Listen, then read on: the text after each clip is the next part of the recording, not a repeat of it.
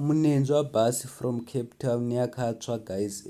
Tongoti kune varidzi vemabus, please service your buses. Life yevanhu is more important. Saka ndangoti muone full video yebhazi racho richitsva guys. Ma1 dziche zvadhakwa ndambozamawo but mafacting zvangu apera. Ndambozamawo Munhenzva yabvira panapa apa zvadhakwa. Munhenzva yabvira wakomana ishi. Zvinhu zvese batamu. Zvese zvinhu zvese.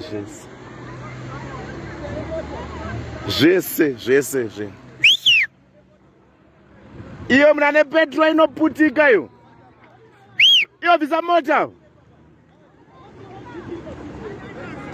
Zvadhakwa wakomana. Pa Beatrice apo Munhenzva. Nhasi date, nhasi 5 mashofe ndanda kupinda mu Beatrice. Chasura rutaura vanhu varuza zvinhu zvavo wakomana. Satani angofamba zvinhu zvadhakwa. Kutsva kwezvinhu rese bhazi kupera. Bhazi kupera hapana kana chinda vapo mafire extinguisher anga svapa kupera. Mafire extinguisher anga apera. Zvadhakwa wakomana zvadhakwa. Iri bhazi chasura rutaura nhasi musi wa 5 pa Beatrice. Iro pa Beatrice.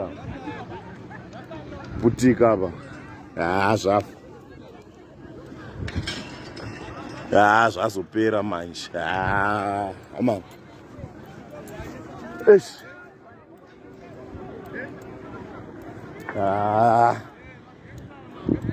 Vakomana.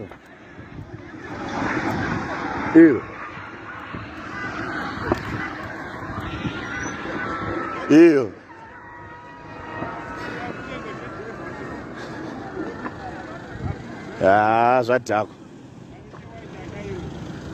Zvadhakwa mashofe zvapera. Tanzwa tsitsi vari kwira Munhenzva meno yakabva nezuro kama. Pamwe yakabva nezuro Munhenzva zvadhakwa. Vanhu varuza zvinhu zvavo zvese.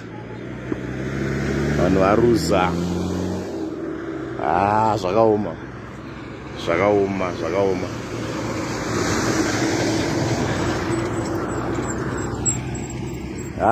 Mdara. Andiovateka mai manja.